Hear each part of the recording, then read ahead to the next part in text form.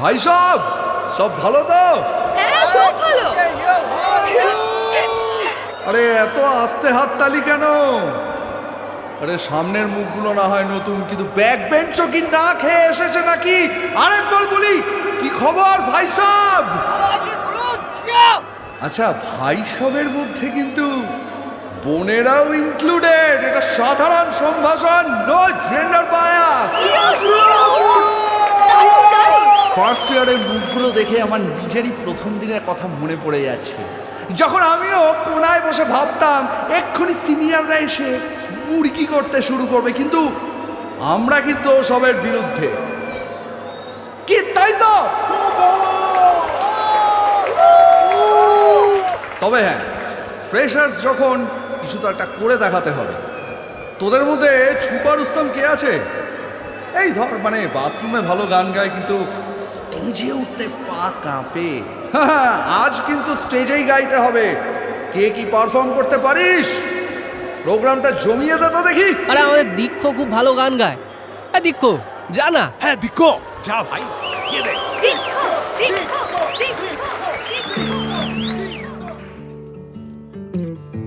মির্চি বাংলায় শুনছেন গল্প মঞ্চ। এবার লিখবেন আপনি, শুনবো আমরা। এ সপ্তাহের গল্প প্রিয়তমা তুমি, লেখক জয়ব্রত ব্যানার্জি। শুরু হচ্ছে প্রিয়তমা তুমি।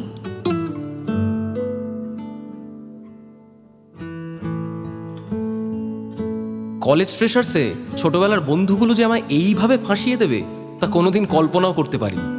গান আমি ভালোই গাই, কিন্তু তা বলে কোনো প্রিপারেশন ছাড়া এইভাবে স্টেজে তুলে দেওয়ার কোনো মানে হয়? ফার্স্ট ইয়ারে এবছর বায়োলজি পাস কোর্সে অ্যাডমিশন নিয়েছি আমরা মানে অয়ন, সৌভিক, শুভাশিস আর আমি। ও আমার নামটাই তো বলা হয়নি। আমি দীক্ষব্রত। আমাদের চারজনের বন্ধুত্ব সেই ক্লাস 5 থেকে।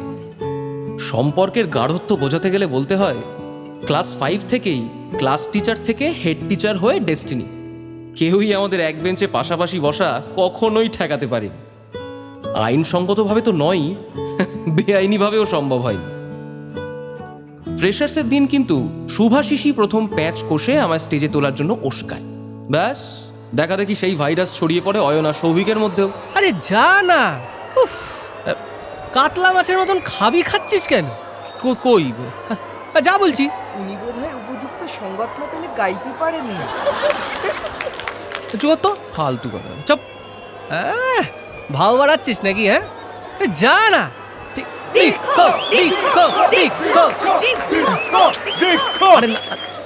আরে দৌড় বাবা। ঠিক আছে যাচ্ছি। ও তিনজনে প্রায় ঠেলে ঠুলেই স্টেজে তুলে দিল আমায়। ছোট থেকেই পাড়ার ক্লাবে, স্কুলের মাঠে পারফর্ম করে আসছি, তাই মঞ্চে উঠে হাঁটু কাঁপার ব্যাপারটা অনেক দিন আগেই পেরিয়ে এসেছি। তবে ঘটনার পরে যে কথাটা আমার মাথায় চক্কর কাটতে লাগলো তা হলো শুভাশিস যে আজ এইভাবে ফাঁসানোর চেষ্টা করবে সেটা আমার আগেই বোঝা উচিত ছিল। কিন্তু ব্যাটা জানে না যে বিপদে ফেলতে গিয়ে দারুণ একটা সুযোগ তৈরি করে দিয়েছে। আমার চোখ ততক্ষণে আটকে গেছে অডিয়েন্স গ্যালারিতে, যেখানে আকাশি রঙের শাড়িতে একদম ফ্রন্ট রোতেই বসে আছে অনিন্দিতা। উফ, যা লাগছে না। অনিন্দিতা এমনিতে একটু টমবয় গোছের পোশাকেই কমফোর্টেবল, তবে আজ ফ্রেশার্সের দিন, তাই বোধহয় শাড়ি টাড়ি পরে ম্যাচিং হেয়ার ব্যান্ড ট্যান্ড লাগিয়ে একদম পরিপাটি হয়ে এসেছে। ওর ওই আলুথালু যত্নহীন ভাবটাই একদিন আমার মন ভুলিয়ে এসেছে। তবে আজ এই পরিপাটি অনিন্দিতাকেও বেহেশ লাগছে। অনিন্দিতার গায়ে শাড়িটার রূপও যেন আরো খোলতাই হয়েছে। আসলে এমনই হয়, মানুষ যাকে ভালোবাসে তার সবটাই ভালো লাগে। যাই হোক, আজ সুযোগ যখন এসেছে অনিন্দিতাকে ইমপ্রেস করতেই হবে। অ্যানাউন্সার দাদা জিজ্ঞেস করলো, এসো খোকন, বলো কি গাইবে? থতমত খেয়ে বললাম, everything has changed, Taylor Swift আর এড শিরান ডুয়েট। এই গানটা আসলে অনিন্দিতা জানে। এইচএস পরীক্ষার আগে বায়োলজি ব্যাচের শেষ দিনে ওই গেয়েছিল। এদিকে গানটার কথা বলতেই রোগা শ্যামলা গোছের ওই অ্যাঙ্কার দাদাটা গাল ভরা দাড়ি চুমড়ে নিয়ে মাইকে অ্যানাউন্স করলো, আচ্ছা শোনো ভাই সব, আমাদের খোকন একটা ডুয়েট গাওয়ার অনুরোধ রেখেছে। তা খোকনকে সঙ্গত দেওয়ার মতো বায়োপাসে কে আছো? চলে এসো ফার্স্ট ইয়ার। কে গাইবে খোকনের সঙ্গে? আমার মনে হলো সামনে পড়ে থাকা ওই ছোট্ট কাঠের ডায়াসটা দাদাটার মাথায় ভাঙতে পারলে ভালো হতো। গমগমে মাইকে ওই রকম অমাইক গলা নিয়ে খোকন বলে বেইজ্জত করার কোনো মানে হয়? তাও আবার অনিন্দিতার সামনে। ইস! আর আর অনিন্দিতাও এমন বাজেভাবে হাসছে। সেশনের প্রথম দিনেই না প্রেস্টিজটা গ্যামাক্সিন হয়ে গেল। না, পরিকল্পনাটা পুরো মাঠে মারা গেল। ও মা, দেখলাম আমারই মতো আর এক ভিকটিম গুটি গুটি পায়ে স্টেজে এসে উপস্থিত। মেয়েটির গায়ের রং বেশ ফর্সা, কিন্তু কেমন যেন খরগোশ মার্কা দেখতে, আর মুখটা তো পুরো ডাবের খোলা। শেষমেশ হবে অনিন্দিতার রিপ্লেসমেন্ট। চোখে আবার মোটা গ্লাসের চশমা, নাক চেপে তো যেন রেলগাড়ি চলে গেছে। হ্যাঁ, না না বাবা, এসব ভাবাও পাপ। দাদা দিদিরা টের পেলে রেসিস্ট বলে এখনই স্টেজ থেকে নামিয়ে দেবে। অনিন্দিতাও নির্ঘাত আরো ঘেন্না করবে তাহলে। না, এ মেয়েও দেখছি আমারই মতো ভিকটিম। বান্ধবীরা প্রায় ধরে বেঁধেই স্টেজে তুলে দিয়েছে। আচ্ছা, এবার তো অ্যাঙ্কারের ভদ্রতা উতলে উঠল। বেশ তো মোলায়েম গলায় ভদ্রলোকের মতো বলা হলো। তোমার নামটা একবার মাইকে বলে দেবে প্লিজ? কিন্তু মেয়েটি কিছু বলার আগেই তার বান্ধবীরা এমন একটা উত্তর দিল যে আমারও হাসি পেয়ে গেল।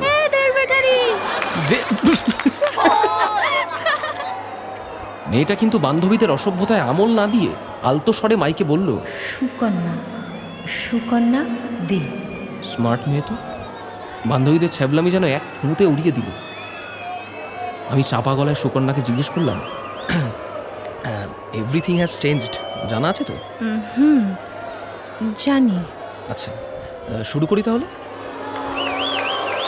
না, মন্দ নয়, বরং বেশ জমাটি পারফরমেন্সই হলো। গান শেষে সকলে বেশ চটাপট পটাপট হাততালি দিয়ে ঘর ভরিয়েও দিল। আর সুকন্যার গলাটা অনিন্দিতার মতো না হলেও মন্দ নয়। অবশ্য আমার কাছে অনিন্দিতাই টেলর সুইফট। বায়োপাসের টেলর সুইফট দিয়ে তাকে রিপ্লেস করাটা একটু কঠিনই। পারফরমেন্স শেষে খানিক ভদ্রতার খাতিরেই বলতে হলো, হ্যাঁ, ভালো গেছো, ওয়েল ডান। থ্যাঙ্কস। তবে দুজনেই যখন সেম ক্লাস, তুমির থেকে তুইটাই বেটার, তাই নয়? আজকের এই ফ্রেশার্স ওয়েলকামের ঘটনাটার ছোট্ট একটা ইতিহাস আছে। আসলে অয়ন আর সৌভিকের বায়োলজি পাস কোর্সে আসার কারণটা খুব একটা একাডেমিক নয়। রেজাল্টের যা ছিরি হয়েছিল তাতে অন্য কিছু জোটেনি। তাই ওদের স্ট্র্যাটেজি খুব সিম্পল, কোনোভাবে গ্র্যাজুয়েশনের গণ্ডি পেরোনো আর সেই সঙ্গে সরকারি চাকরির জন্য তৈরি হওয়া। আর সুভাষিস এসেছে, আমি এসেছি বলে। কিন্তু আমার আসার কারণটা আলাদা। পিওর সায়েন্সে আমার যা নম্বর ছিল তাতে কেমিস্ট্রি অনার্সের লিস্টে নাম চলেই আসতো, কিন্তু আমি চেয়েছিলাম বটানি। তবে চাইলেই তো আর হলো না। বায়োলজিতে নির্দল প্রার্থীর আসন সংখ্যার মতো নম্বর নিয়ে অনার্সের লিস্টে তো নাম আসে না, তাই অগত্যা পাস করছি সম্বল।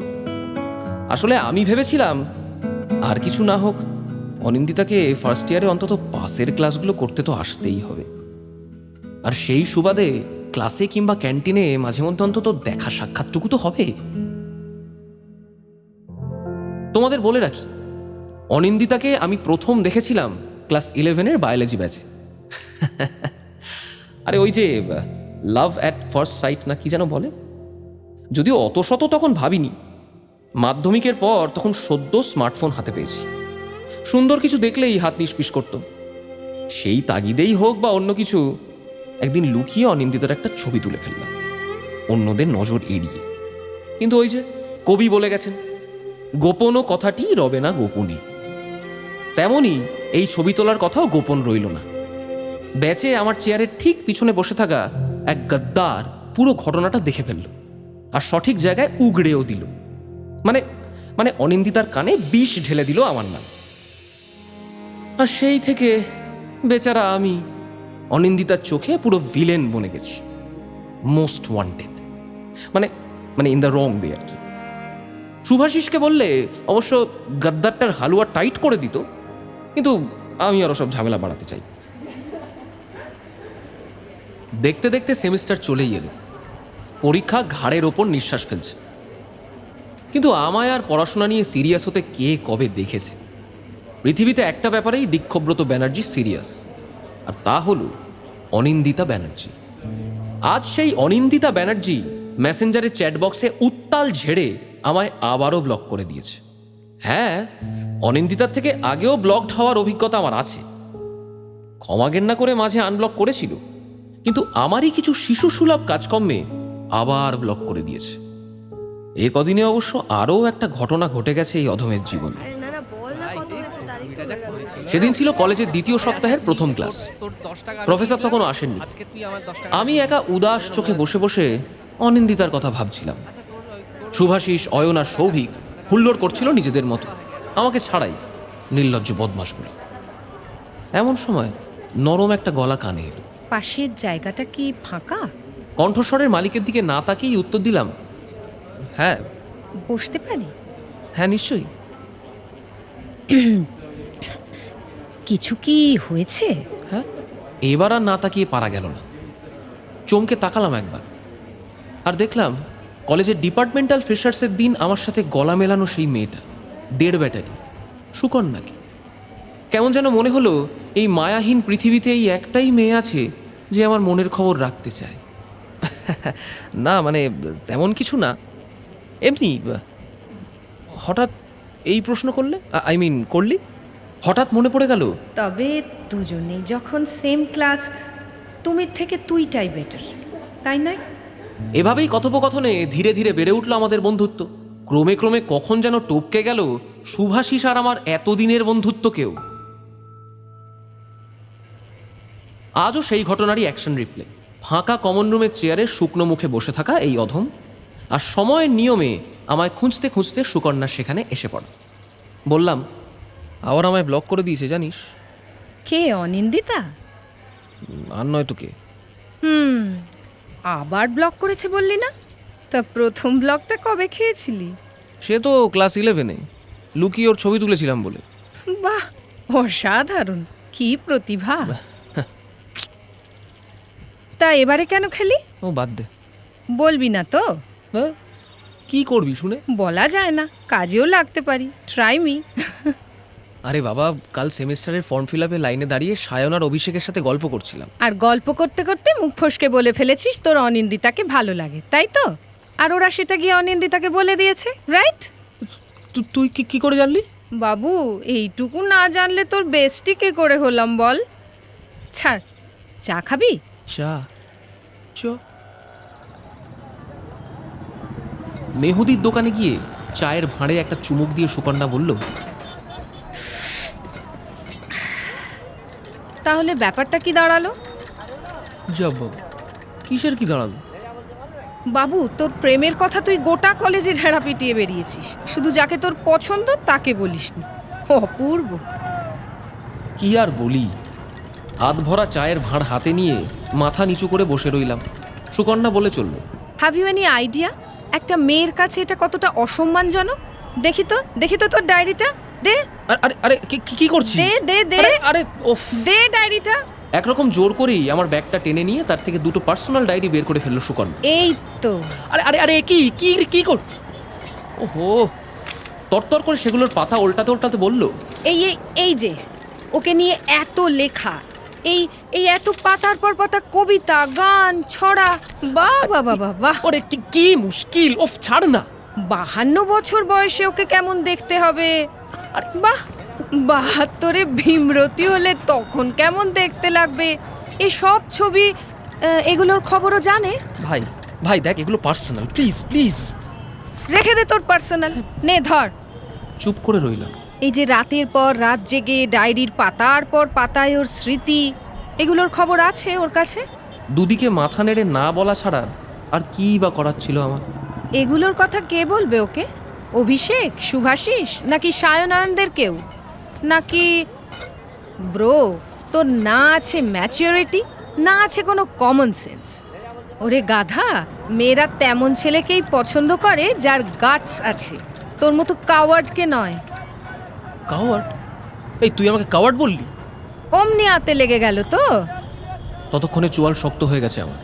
হঠাৎ উঠে দাঁড়িয়ে সুকন্যার হাত ধরে বললাম, চ এই কোথায় কোথায়? অনিন্দিতাকে প্রপোজ করব।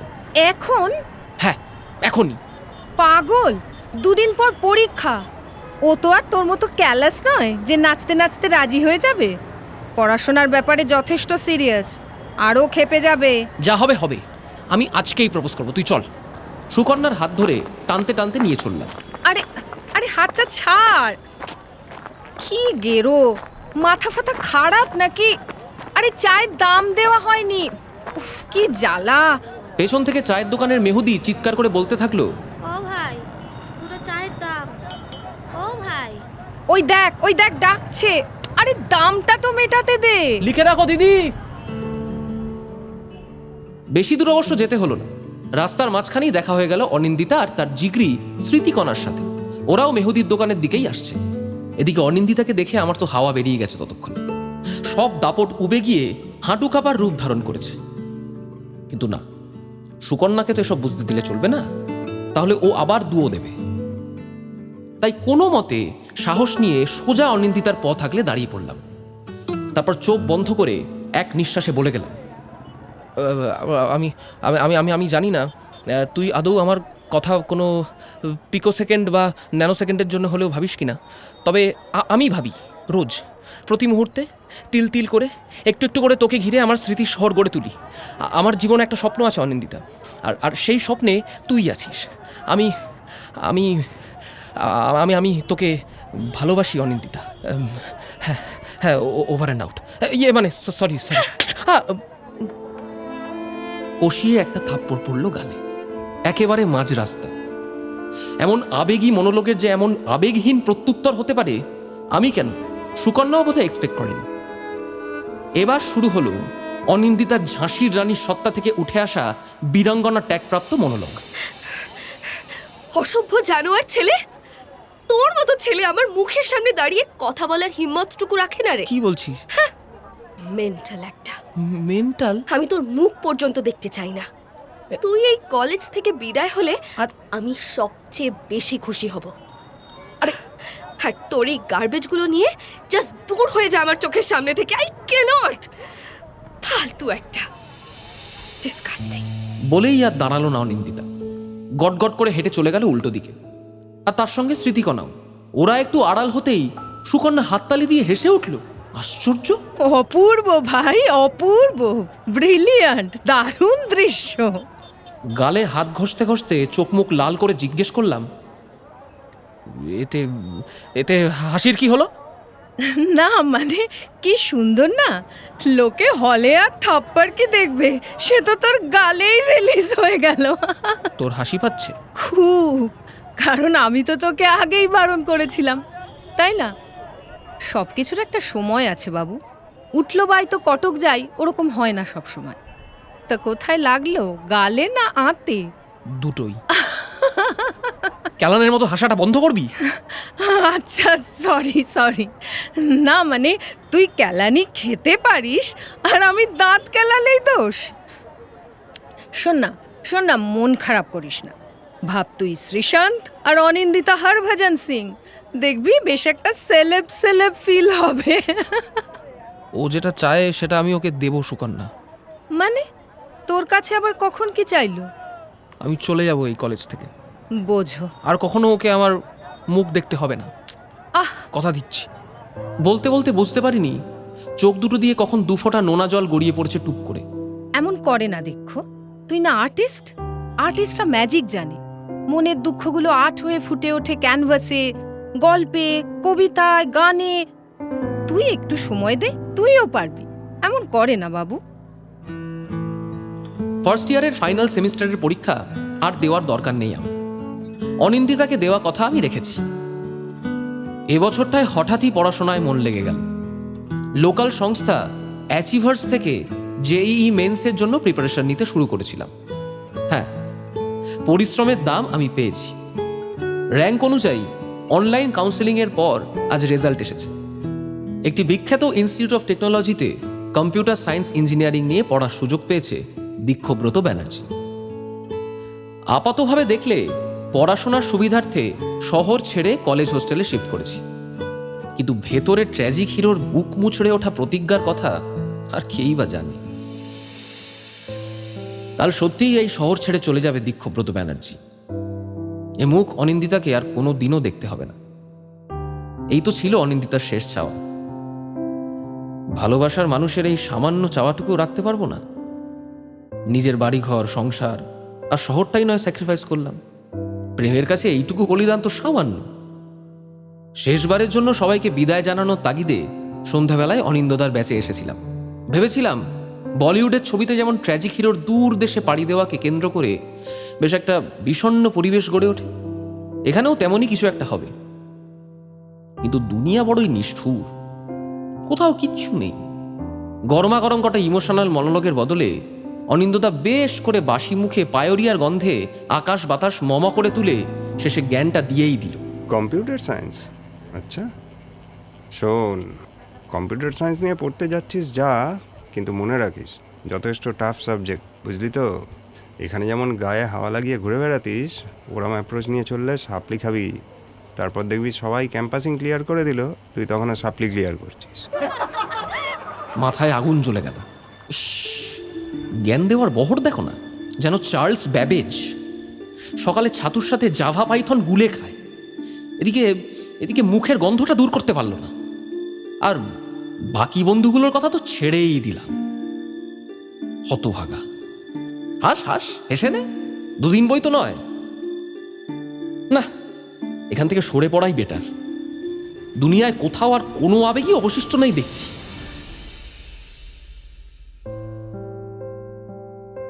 মানুষ যখন কাল্পনিক প্রত্যাশা দিয়ে মনের মতো করে একটা প্রাসাদ গড়ে তোলে, আর জীবন যখন সেই প্রাসাদের চাতালে দাঁড়িয়ে সম্পূর্ণ অন্য একটা গল্প শুনিয়ে দেয়, তখনই মানুষ বুঝতে পারে যে অজান্তেই তার বানানো প্রাসাদটা কিভাবে যেন পাতলা কাঁচে তৈরি হয়ে গিয়েছিল।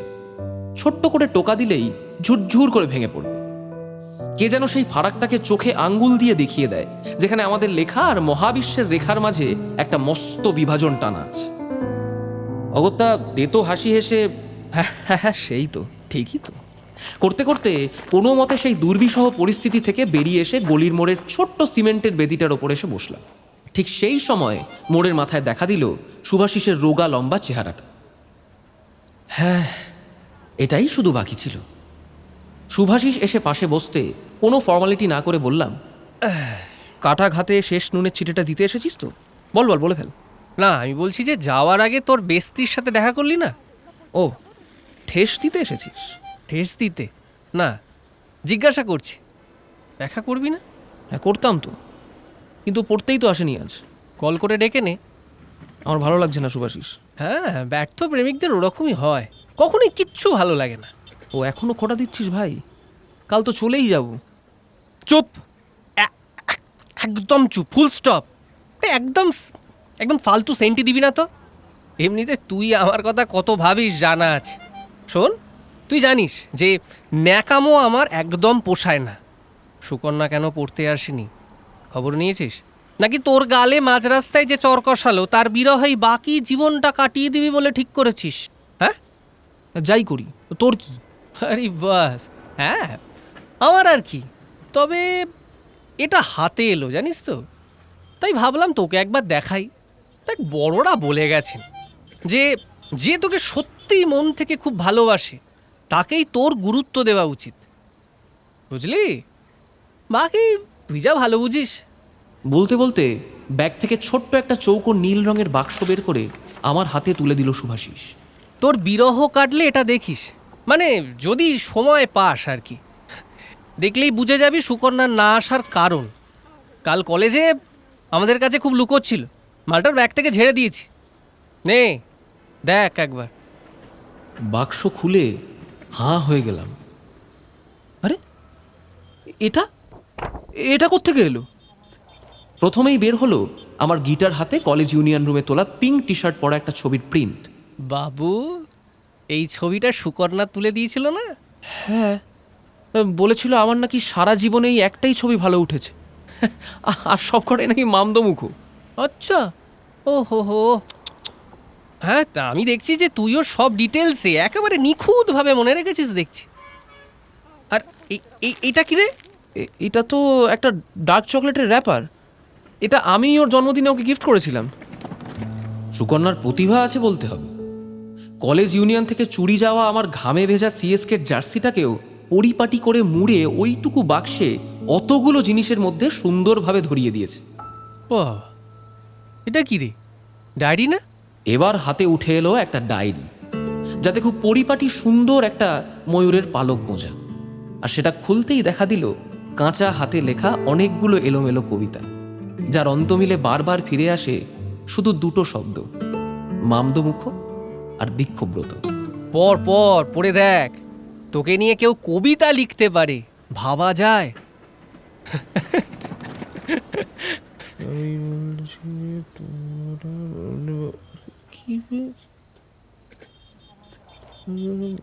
মামদমুখ, দেখি দেখি দেখি দেখি, এ তো আরেকটা লাইন লেখা আছে, বড্ড ছেলে মানুষ আমার, ওই যে মমদমুখ। শালা, তোর চোখে জল এসে গেল দেখছি। সুকন্যা কোথায়? হ্যাঁ, এখন সুকন্যা কোথায়, তাই না? শালা, বল না। আসার সময় দেখলাম একা একা তেঁতুলতলার মাঠের সামনে বসে আছে। জিজ্ঞাসা করলাম ব্যাচে আসবি না, বললো তোরা যা, তাই চলে এলাম।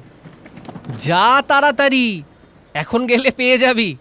অবশ্য তোর ঠান্ডা জলে হবে নাকি কোল্ড কফি টফি লাগবে সেটা তোর ব্যাপার। কি হলো, উঠলি? চললি সাইকেলে চেপে? আরে বেশি সময় তো নেই রে ভাই, তাড়াতাড়ি যেতে হবে। এই বাক্সটা সামলে। আরে আরে, কিছু নেই, আস্তে যা, আস্তে। All the best. ওই যে ওইটাই নির্ঘাত 1.5 ব্যাটারির কাঠামো। মাঠের কোণে রোলারটার ওপর চুপ করে বসে আছে। 1.5 ব্যাটারি কোথাকার? বাক্সটা লুকিয়ে রাখতে হবে। হ্যাঁ হ্যাঁ, পিঠের আড়ালে রাখি। কিরে, হাঁ করে বসে তারা গুনছিস? এ কি তুই? কেন, অন্য কাউকে আশা করেছিলি? কোথাও যাবি না কোথাও ফিরবি? এ কথায় একবার আমার দিকে তাকালো, তারপর মুখ নিচু করে বলল, তুই হঠাৎ এখানে? অনিন্দিতার সঙ্গে দেখা হলো? না রে, দেখা হলো না। কিন্তু আমি যে কাল চলে যাব, তুইও তো এলি না দেখা করতে। খুঁজছিলাম তোকে। আমাকে? আমায় খুঁজে কী লাভ হলো তোর? তার চেয়ে অনিন্দিতার সঙ্গে একবার দেখা করতে পারতি। তুই যে ওর কথা রেখেছিস সেটা বলতে পারতি। ইমোশনাল ব্ল্যাকমেলে পটে গেলেও হয়তো যেতে পারতো, বলা তো যায় না। বাক্সটাকে কোনো মতে আড়াল করে রোলারের উপর বসতে বসতে আমি বললাম, ওসব বাদ দে, আগে বল তুই পড়তে এলি না কেন? আমার মন খারাপ। তাই বলে আমার সাথেও দেখা করতে নেই? কি আর হবে দেখা করে, কাল তো চলেই যাবি। আর এখন গ্লোবাল ভিলেজের যুগে শেষ দেখা বলে কিছু হয় না, বুঝলি? এক ঘাটে না যাওয়া পর্যন্ত। আর তাছাড়া আমার মন খারাপ। কেন, কিসের জন্য তোর মন খারাপ? সুকন্যা উত্তর দিল না দেখে আমি আবার বললাম, কিরে, বললি না তো? প্যান্ডোরার বক্সটা হারিয়ে গেছে বলে? সুকন্যা অবাক হয়ে তাকালো, আর আমি ধীরে ধীরে পিঠের আড়াল থেকে সুকন্যার সীমিত সঞ্চয়ে সমৃদ্ধ নীল বাক্সটা বের করে ও চোখের সামনে রেখে বললাম, প্যান্ডোরার বাক্স হারায়নি। এই দেখ, প্যান্ডোরা ওপেন হয়ে গেছে। সুকন্যা কিচ্ছু বলল না। ওর ফর্সা মুখে হঠাৎ লালচে ছোপ, মাথা নিচু, দু চোখ বেয়ে দুটো জলের ধারা নদীর মতো সিধে এঁকে দিচ্ছে ওর গালে। বললাম, লাভ গুরু সেজে জ্ঞান সবাই দিতে পারে, বুঝলি? কার্যক্ষেত্রে সবাই লেবড়েই ফেলে। 1.5 ব্যাটারি কোথাকার। একদম আমাকে 1.5 ব্যাটারি বলবি না। বেশ করবো, বলবো। আমি মামদুমুখে হলে তুইও 1.5 ব্যাটারি। উফ, অসহ্য। তাও তো সহ্য করছিস বল, এতদিন ধরে। কিন্তু একবারের জন্য তো বুঝতে দিসনি। রাতের আকাশের গায়ে শত শত রত্ন খচিত কালো রঙের শামিয়ানা টাঙিয়ে দিয়েছেন মহাবিশ্বের আদি পিতা। ভ্যাবসা গরমের মধ্যে হঠাৎই মৃদুমন্দ দক্ষিণা বাতাস মেহগনি গাছের ডালে দোল দিয়ে গেল। তার কচি কচি সবুজ পাতার সম্ভার রাতের কালির মতো অন্ধকারে ঝিলমিল করে উঠল কয়েকবার, যেন অন্ধকারের শোক কাটিয়ে কোনো নতুন জীবনের খোঁজ পেয়েছে।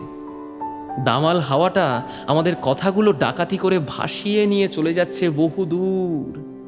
গোটা বিশ্ব ঘুরে আবার যখন কোনো একদিন ফিরে আসবে, হয়তো টেরও পাবো না।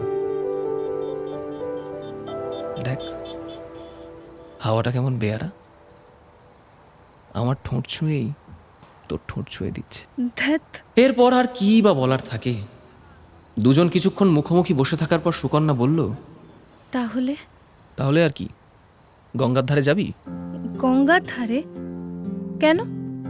না মানে গঙ্গার ধার ছাড়া প্রপোজটা ঠিক জমে না।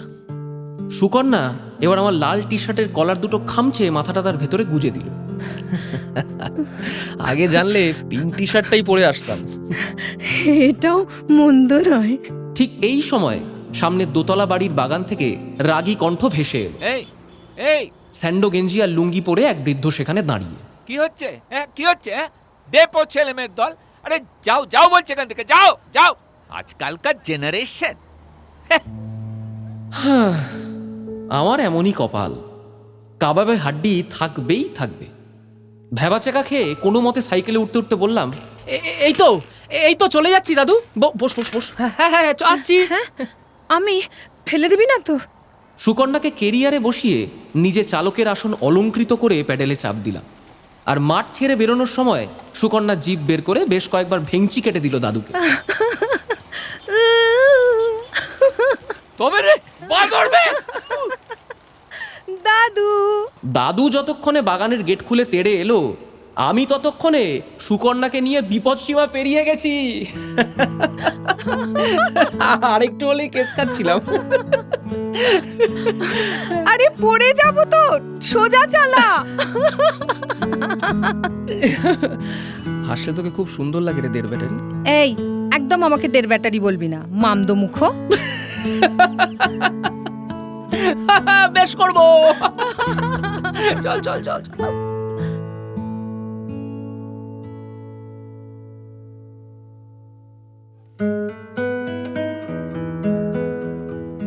মির্চি বাংলা গল্প মঞ্চে শুনছিলেন প্রিয়তমা তুমি। লেখক জয়ব্রত ব্যানার্জি। জয়ব্রত ব্যানার্জির জন্ম 10ই জুন 1997 সালে উত্তর 24 পরগনার সোদপুরে। বর্তমানে হুগলির শ্রীরামপুরের বাসিন্দা।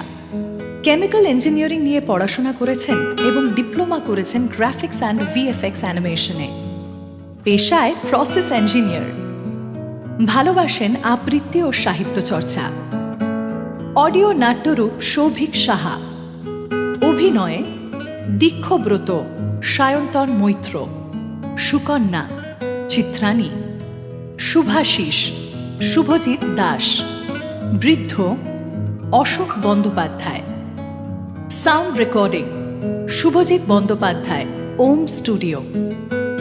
সাউন্ড ডিজাইন এবং ব্যাকগ্রাউন্ড মিউজিক সৌম্য ও শুভ, ক্রসটেক। অলংকরণ রৌনক পাত্র। সহযোগী পরিচালনা কুণাল বসু ও সৌভিক সাহা। বিশেষ সহায়তায় সায়ন ভট্টাচার্য ও সাঁচবাদী দাস। কার্যনির্বাহী প্রযোজনা কুণাল বসু। পরিচালনা অনির্বাণ ভট্টাচার্য। গল্পের সূত্রধার অয়ন্তিকা।